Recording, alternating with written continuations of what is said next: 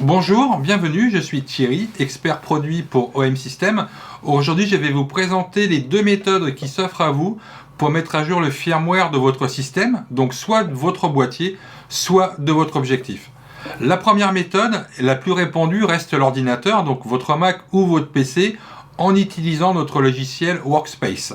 L'autre méthode, c'est en utilisant votre téléphone et l'application OiShare. Donc, je vais commencer par vous montrer pas à pas la méthode par ordinateur et ensuite on basculera sur la méthode via le téléphone. On y va, on commence tout de suite par l'ordinateur. Voilà, je suis prêt, j'ai mon appareil photo, donc il va falloir maintenant que mon appareil photo, je le relie à mon ordinateur via le câble USB qui vous est fourni avec l'appareil.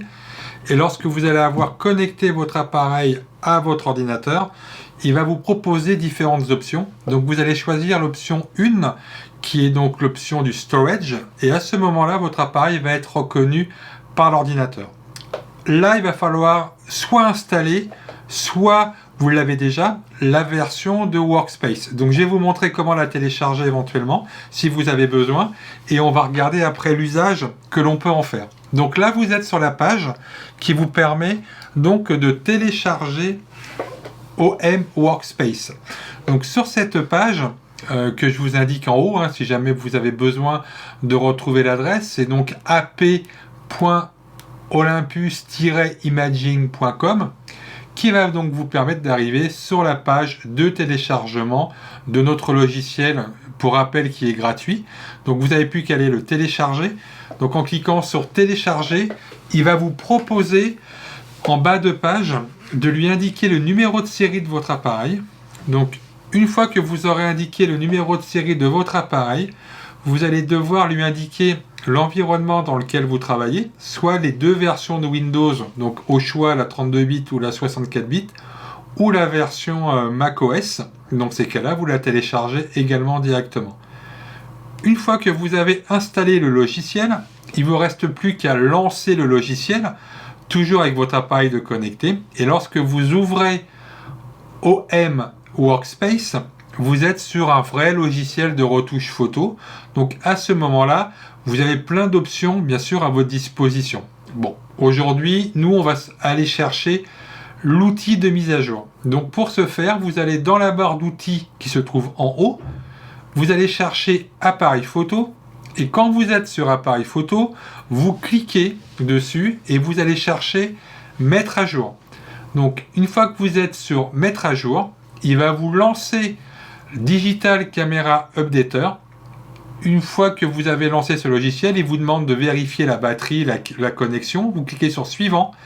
Et à ce moment-là, lorsque vous cliquez sur suivant, l'ordinateur en fait va chercher la version que vous avez de votre appareil photo, donc avec sa connexion, et va relayer l'information au serveur.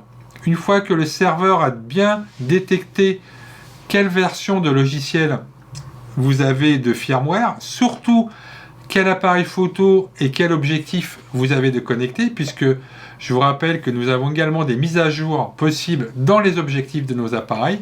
Donc là, on voit que j'ai un EM1 Mark II de connecté en version 3.1 et que j'ai un M-Zuico digital 45 mm en 1.8 qui lui est en version 1.1. Donc les dernières versions disponibles me sont proposées ici. Je sélectionne l'élément de mon système que je vais mettre à jour. Donc là, je vais choisir mon EM1 Mark II et je vais cliquer sur mettre à jour.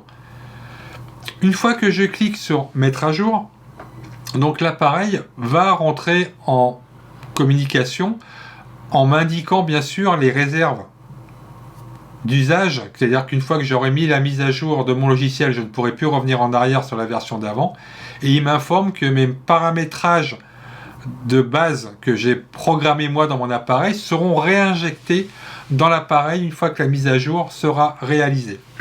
Donc là, je me retrouve avec la connexion sur le serveur, donc qui va d'abord mettre à jour l'appareil, mais en intégrant le firmware dans le boîtier. Donc à ce moment-là, surtout ne pas débrancher l'appareil, comme ça vous a été indiqué précédemment. Et là, forcément, le temps que vous voyez à l'écran peut varier en fonction de la connexion. Donc moi j'ai la chance d'avoir une connexion assez rapide. Donc ne vous basez pas, hein, parce que forcément, en fonction du poids du fichier que vous avez à télécharger et de la vitesse de connexion que vous avez, vous devez peut-être attendre un peu plus longtemps que ce que moi j'ai besoin d'attendre. Donc là, il importe le firmware dans mon boîtier. Et là maintenant, il est en train de lancer la mise à jour en effaçant l'ancien firmware pour injecter le nouveau firmware. Donc là, on va laisser passer le temps et on va se retrouver juste après pour voir comment valider la mise à jour.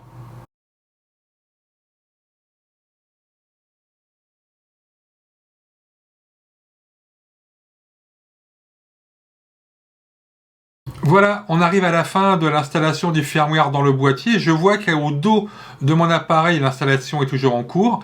Et à un moment donné, je vais basculer avec une information qui m'indique OK. Donc une fois que c'est marqué OK à l'arrière de mon appareil photo, je n'ai plus qu'à cocher les deux cases qui me sont indiquées dans le logiciel. Et à ce moment-là, la mise à jour est terminée. Je peux relancer à nouveau la mise à jour si par exemple je souhaitais mettre le 45 mm 1.8 que j'avais tout à l'heure d'installer sur mon boîtier, et dans ces cas-là j'aurai l'ensemble de mon système qui serait à jour avec les dernières versions qui sont mises à ma disposition. Voilà, ceci clôture la méthode par ordinateur. Maintenant on va basculer sur la méthode avec le téléphone et l'application pour pouvoir réaliser cette mise à jour. Voilà, il nous reste juste à voir la deuxième méthode rapidement de cette mise à jour de firmware possible cette fois-ci uniquement via votre appareil photo et votre téléphone. Plus besoin d'ordinateur, plus besoin de câble pour relier l'appareil photo à votre ordinateur. Donc, pour ce faire, il va falloir télécharger l'application OM Image Share. Donc cette application, bien sûr, est une application gratuite que vous pouvez récupérer là où vous avez l'habitude de télécharger vos différentes applications. Une fois que l'application est téléchargée, vous la lancez et en lançant votre application, vous allez voir la manip pour mettre à jour le firmware. C'est très simple. C'est encore plus simple, je trouve, que par ordinateur. Donc, je vous montre rapidement comment on fait et vous allez voir que c'est très simple pour pouvoir faire évoluer votre appareil. Pour commencer, vous devez faire reconnaître votre appareil à votre application. Donc, il faut activer le Wi-Fi de votre appareil. Chose importante, il faut absolument avoir une carte SD dans votre boîtier pour que le Wi-Fi soit activé. Donc vous allez activer le Wi-Fi en haut à gauche de votre appareil photo. Le Wi-Fi va être activé et va vous faire apparaître à un moment donné un QR code. Ensuite, vous lancez votre application et en lançant votre application, vous allez tout en bas, là où il y a le symbole de l'appareil photo. Vous voyez à droite le symbole du Bluetooth et vous avez le symbole du Wi-Fi. Vous cliquez dessus. Il va vous demander de faire une configuration facile. Vous cliquez sur configuration facile. Et à ce moment-là, il va vous proposer de scanner le QR code. Vous scannez le QR code et l'appareil photo sera reconnu par votre application.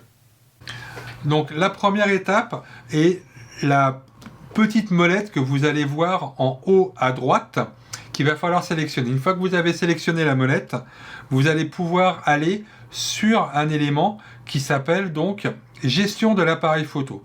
Une fois que vous êtes sur la gestion de l'appareil photo, vous faites mettre à jour le firmware. À ce moment-là, l'appareil va vous proposer de faire une recherche de mise à jour. Donc, en fonction du boîtier que vous avez, il va être capable de savoir si oui ou non il y a une mise à jour de disponible. Donc pour ce faire, j'ai mis, moi on le voit sur la photo du milieu, un EM1 Mark III où il y a une mise à jour de disponible. Donc il me suffit juste de cliquer sur mettre à jour, et une fois que j'ai cliqué sur mettre à jour, vous allez rentrer dans un processus avec les mêmes messages d'alerte que vous avez eu tout à l'heure via l'ordinateur. Là, ça va se faire automatiquement, et une fois que le téléchargement du firmware et la mise à jour sont effectués, il va vous indiquer le message que vous voyez en disant que toutes les étapes sont bien réalisées, de façon à ce que votre appareil ait réussi à évoluer. Donc voilà. J'espère que ces explications auront été claires, vous auront aidé à faire évoluer vos appareils, puisque je vous rappelle qu'un firmware est là pour faire évoluer votre appareil entre le moment où vous l'avez acheté et le moment où il y a des mises à jour qui sont disponibles. Si je prends l'exemple d'un EMA-X, le EMA-X, lorsqu'il est arrivé sur le marché, ne proposait pas la détection des oiseaux directement. Avec la mise à jour du firmware d'un EMAX, vous allez pouvoir intégrer la mise à jour de détection des oiseaux. Voilà, j'espère que ce tutoriel vous aura aidé et qu'on aura le plaisir de se voir prochainement. Je vous dis à très vite, merci de votre écoute et puis n'hésitez pas à nous laisser des commentaires et pourquoi pas des messages en fonction des tutoriels que vous aimeriez voir dans le futur. À très vite, au revoir.